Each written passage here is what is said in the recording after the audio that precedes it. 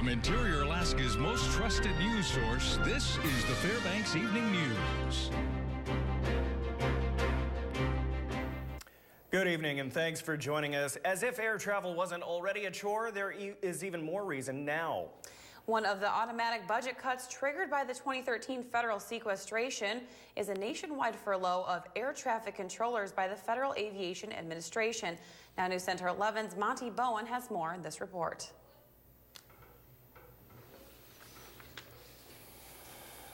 For those who live in or travel to and from Alaska, air travel is important for getting around. One of the automatic federal budget cuts this year affects air traffic control tower employees. Alaska Airlines issued a statement over the weekend encouraging travelers to check for delays before they even go to the airport. The FAA is estimating that arrival rates at some airports could be reduced as much as 30 to 40%. The FAA says they will work with the airlines to minimize delays caused by lower staffing during the busy summer travel season. The impact on Fairbanks travelers may be less because of the way the local system is set up. We will see delays, but I don't anticipate any cancellations because I don't think there'll be anything here. It'll be from the lower 48 coming in, so there will be some delays. Monty Bowen, News Center 11. A 46-year-old Fairbanks man with leg injuries was airlifted off of a mountain near Nome. Alaska State Troopers say a Bering Air helicopter late Saturday picked up Andy Stearns.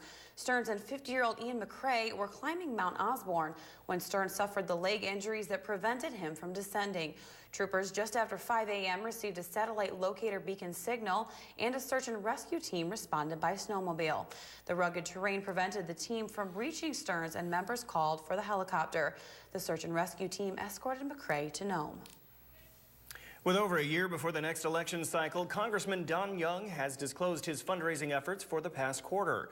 Young's fundraising disclosure, filed with the Federal Elections Commission, shows he brought in nearly $62,000. Now, he spent slightly more between January and March to the tune of $74,000. His expenses included nearly $7,000 for deposit on a repair of his 30-year-old campaign headquarters roof. Young, who has served in Congress since 1973 and announced plans to run again next year, reported ending the quarter with about just over $500,000 available. The State Labor Department has some good news for Alaska.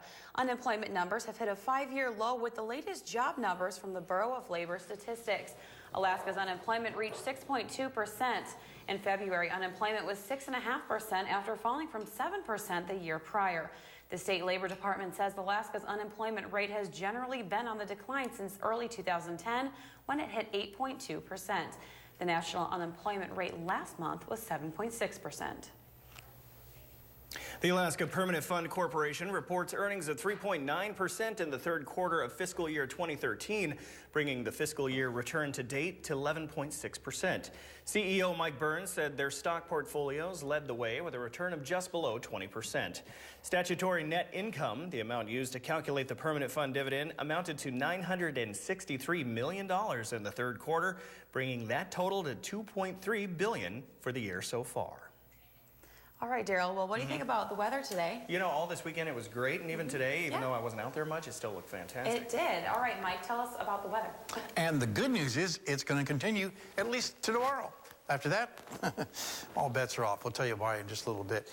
Look at our temperatures around the interiors. You can see very consistent. Once again, very nice around to the west of us, 48 degrees in Denali, 46 degrees in Denali Park. Not quite as warm here in the Fairbanks area. And down to the south, even a little bit cooler around the Delta Junction area. In the lower 48, it's snowing in Denver. You know, they can't get rid of winter.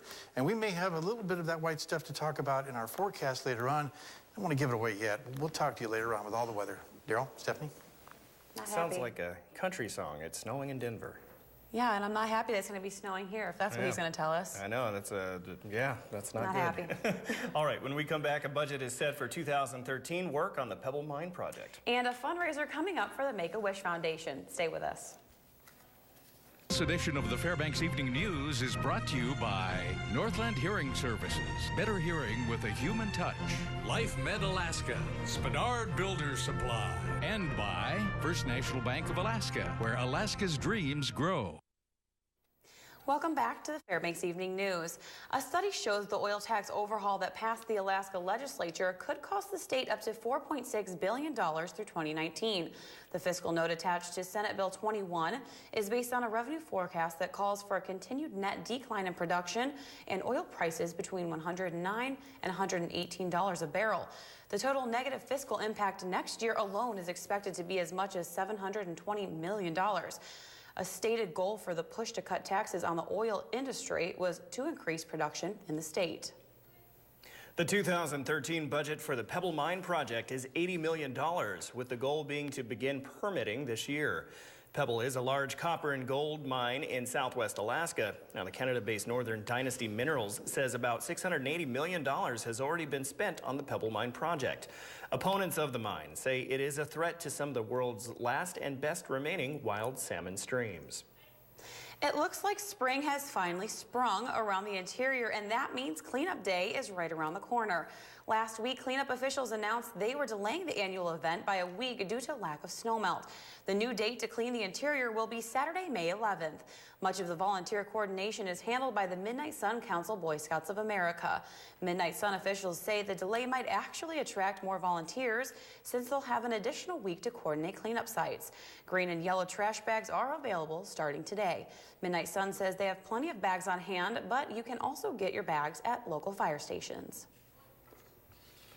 Even though the Boy Scout office is the central place to pick them up, you can pick them up at some of the fire stations too. And so if you go to our website or watch the advertising that'll start coming out, they'll have some of the fire stations, especially outlying areas like Esther and North Star and North Pole and stuff like that, that will have bags too, so you don't have to come all the way into Fairbanks. Tomorrow, Make-A-Wish Foundation will be holding a fundraiser to raise air miles. Make-A-Wish will partner with our sister station, KTUU in Anchorage. One special Fairbanks boy who received his wish to go to Disney World, Ricky, lost his eye to cancer, but is today a healthy young man helping others to get their wishes granted. Many of the wishes received by the foundation involve travel and donating miles, and it helps to send the kids to the experiences they've dreamed of.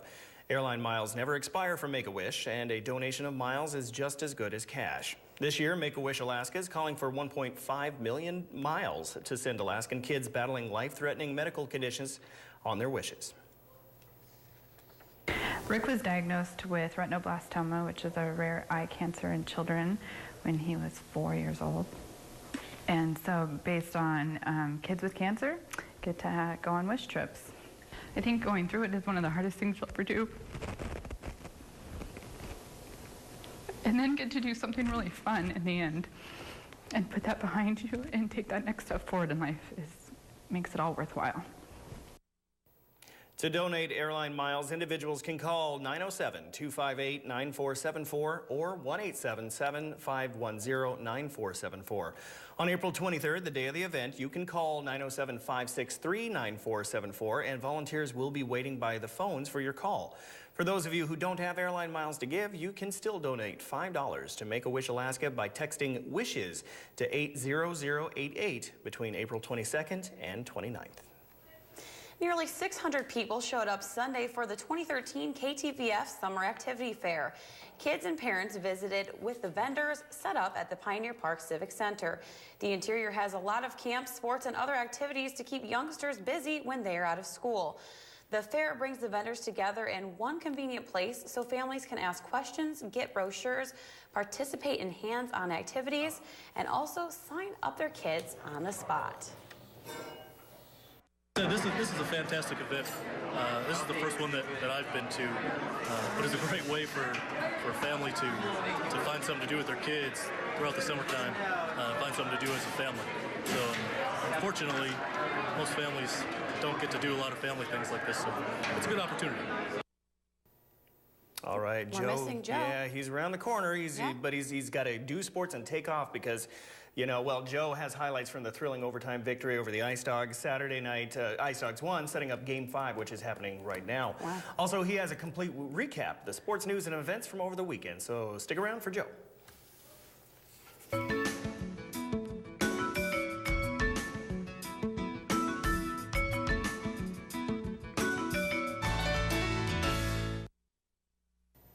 Hello, Interior Alaska. Hope you had a good weekend. Joe Cook back in the sports seat for you this Monday. And Monday means it's weekend recap time. Your Fairbanks Ice Dogs were faced with a must-win game on the road against their rivals on Saturday night. The game took over 3 hours to finish, but in the end, the Ice Dogs won 6-5 in overtime. At the end of the first period, the Ice Dogs had a daunting 3-0 lead, but the Brown Bears clawed their way back down 4-1. Kenai reeled off 4 unanswered goals between the second and third periods and got their first lead of the game on a goal by who else? Zach Lazaro. But Taylor Munson answered the call, tying the game with 1:36 to go off of the assist from Garrett Clement and Jason Angus. It's 5-5 going into overtime. The man, Clement, scored the game-winning goal 4 minutes and 9 seconds into the extra session, sending the series back to Fairbanks. Angus and Clement finished with 3 points, 2 assists, and a goal to lead the Ice Dogs. Goalie Steve Perry made 31 saves on 36 shots. Both teams combined for 67 shots on goal. Clement talks about the Game 4 game winner. I think it was Rosie walking down the slot. He shot it just a touch outside, and it banked off the back wall, and I got it on the back door on the other side of the net and just tapped her home. I mean, couldn't have been an easier goal. I was just at the right place, the right time. We're a hard-working team, and we believe in ourselves. So, I mean, we played through a little adversity here. I mean, we were up 4-2 and then gave up 3 and then came back from a 5-4 deficit here. So we just believe in ourselves, so I think we played pretty good. And on Friday night, the Lathrop Malamute boys soccer team faced one of the top teams in the state, the Juneau Douglas Crimson Bears. The Crimson Bears showed the Malamutes they have a ways to go as Juneau rolled to a 7-1 win. Now, Lathrop lost 3-1 in a rematch with Thunder Mountain on Saturday morning, but there was some questionable officiating in that game. How does 23 fouls against the Malamutes to just 4 for Thunder Mountain sound? The Falcons scored 3 unanswered goals in the comeback, despite Lathrop outshooting them 22-4. In the endowment game with Juneau, the Malamutes did get some revenge with the 4-3 win. The game didn't count towards the team's records. Lathrop is 1-2. Their next game is scheduled for April 29th at home against Houston. Hopefully, the field will be ready by then. And some notable achievements took place during the 33rd Toke Trot 10K run walk this past weekend. The course for the race travels along the Alaska Highway, starting and finishing at the Toke Information Center. Ross McDougall took top honors for the men. McDougall also won the annual Spring Fling 2 weeks ago. Teresa Schnurr stole the show Saturday with the trifecta, capturing the women's title for the 3rd consecutive year. Chris Eversman, a Fairbanks resident, created some history despite coming in 2nd. According to race organizers, since 2006, Eversman has finished the race in 1st place during even number years and 2nd place during odd number years. And now a couple of Fairbanksans took top honors over the weekend in the annual Run for Relief 5K Run Walk. The 5K race held at Pioneer Park on Saturday afternoon is a fundraiser which aids oppressed individuals in Burma. Paul Wayfield and Libby Wilhelm were the men's and women's top finishers. The 40-year-old Wayfield completed the 5K course in 20 minutes, 43.7 seconds, more than a minute ahead of Jacob Parker, who finished in 21 minutes, 40 seconds. Rounding out the top 5 men were Christopher Allen in 3rd, Jackson Minke in 4th, and Victor Padilla in 5th. The women's race was a bit closer as Wilhelm posted a time of 24 minutes, 12 seconds to claim the women's title, just 20 seconds ahead of runner-up Heather Craig's 32.7 second time. Kayla Clark was 3rd, followed by Annie Swartz. Andrea Hedvesic was 5th place in that race.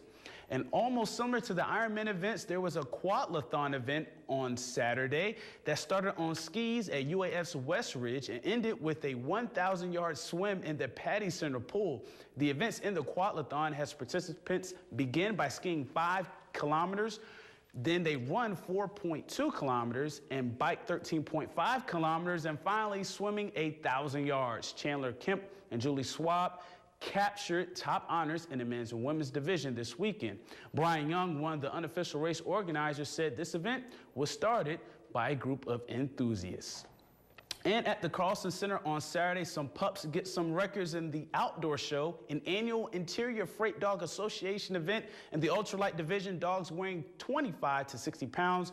Roger pulled over 1,500 pounds in 17.34 seconds. In that event, it was also an IFDA record and an event record. In the lightweight division, dogs weighing 60 to 90 pounds, Mossy pulled 1,670 pounds in .07 seconds. Also an event in IFDA record. To round out the record-setting day was Barrow in the middleweight division. Dogs weighing 90 to 125 pounds. Barrow pulled 2,000 pounds in 45.67 seconds. Those are the strongest dogs I've ever heard of in my life. Plenty of treats for them this weekend. They earned it. And we'll have a treat for you tonight with a special sports nightcap with the Ice Dogs and Kenai Brown Bears Game 5 highlights. Time permitting, the last game did go into overtime, but that's a wrap for sports this evening. We'll catch you next time. Hello, everyone. Welcome back into Fairbanks Evening News. Mike Schultz with you once again for a look at weather. And like we said before, what a beautiful weekend. A nice day today, a nice day tomorrow, but after that, things get a little sketchy. We'll talk about that in just a little bit. Here's our photograph for tonight. This one's sent in by Terry Holmes. We'll call it the first geese because it's the first geese I've seen a picture of out there at Kramer's Field. You can see they're looking pretty good. Once again, a reminder, if you have a photograph to share, by all means, send it to Mike Schultz at KTVF11.com. What's going on at the airport right now? 45 degrees. That's our high for the day. The low last night, 14. Record high, 65, 1940. In contrast, 20 below in 1924. Sunrise this morning was at 5:50. The sun sets this evening at 9:43, giving us 16 hours and 3 minutes of daylight. That's a gain of 7 minutes from yesterday. And as far as our satellite picture is concerned, as you can see here, we're looking at a little more moisture coming up from the south. That's not what's going to get us. What's coming in is from the west. It's actually just a little bit of a frontal system, but it's still expected to pass through and give us possibly some snow flurry activity and a little cooler weather on Wednesday, but nothing serious or heavy to worry about. What's going on across the rest of the state? As you can see, it's raining over southeast Alaska around Juneau, also raining at Kodiak Island, and some light snow at Barrow. Other than that, a few clouds around the Nome area. Nice weather over for Fort Yukon. 45 degrees up there, very nice. Lower 48 weather starting off with the Pacific Northwest. Looking at nice weather for Seattle and Portland, also in the interior sections, but snowing in Denver, only 49 degrees. That's not too bad. The snow has finally turned over to rain. And we move to the eastern half of the country, Chicago at 67 degrees. New York, some showers, and then down to the south, we're looking at, for the most part, not too bad of weather. A few thunderstorms around the Dallas-Fort Worth area. Other than that, temperature is pretty comfortable. And then moving all the way back out to the west, things look really nice there. 83 degrees in San Francisco. How about that? But Las Vegas, 92 degrees. All right, nice weather. Our satellite picture tonight showing that snow system across the Denver area. It's moving out pretty rapidly. No real severe weather to talk about here, and that's good news. As far as the snowfall through Tuesday afternoon, as you can see, the heaviest snow will be in the Rockies to the west of Denver. Otherwise, still Denver looking at 3 to 6 inches of snow. Then more snow expected over the Minnesota area. All once again being driven by the jet stream, moving from basically the northwest all the way across the western sections and then to the central plains and then roaring back up the east coast. So all in all, some wild weather to talk about. Well, back to Alaska for tomorrow. Pretty quiet for the most part. Mostly cloudy at Nome. Sunny skies for Fort Yukon. Some snow in Barrow. Here in the interior, we'll look at increasing clouds through the day with maybe some flurries developing by Healy, at the Healy area, into the Fairbanks area by tomorrow night. And over the southeastern sections, mostly cloudy skies for Juneau and Ketchikan. While out to the southwest, it looks like mostly sunny in Bethel. Rainy conditions for Cold Bay and Kodiak Island. And over the south central regions, off and on rain showers and snow showers for the Anchorage Bowl and around Valdez, basically partly cloudy skies. Well, the kids are taking a week off. We're going to give them a time to catch up on our kids' weather watch. But this week we're talking with, we're basically giving you weather facts. And in 1989, Liberal, Kansas cooked with a 103-degree temperature. That's a record high for those folks there. And as far as what lies ahead next week, we'll be talking with the kids from Chinook Charter School. Here's your forecast for the remainder of the night. As you can see here, 15 degrees the overnight, clear skies. And there is a potential for some auroras. We're about a Category 3 right now, so maybe see something later on. Tomorrow, another nice day, 48 degrees, but increasing clouds, continue quite mild. And by nighttime, the cooler air moving in. And by Wednesday, we might see a mix of rain and snow. And then not too bad a recovery on Thursday and Friday. The next chance for any precipitation on Sunday. Once again, some snow showers possible. But temperatures, not quite as warm as we like to see them, but still above that freezing mark. In fact, 40 degrees for Saturday and Sunday. And overnight lows still 20 degrees, so not too bad. Not terrible. And as you notice, it's only us on the desk. That's due to automatic budget cuts. Sequestration affects us too. No, we let Joe go because he's got to go to get that Ice Dogs game, and he's going to have an update for us at the 11 o'clock hour. Outstanding. So, yeah, absolutely. Hope the Ice Dogs win. Oh, yeah, pushing into a Game 5. That's just great. Yeah. All right, Mike, thank you. And that will wrap up this edition of the Fbx Evening News. As always, we are glad you could join us. Tonight on NBC Nightly News, the latest on the Boston Marathon bombing as the suspect is charged. That's up next with Brian Williams. Okay, from all of us here at the News Center, we hope you have a great night. We'll see you back at 11. Good night.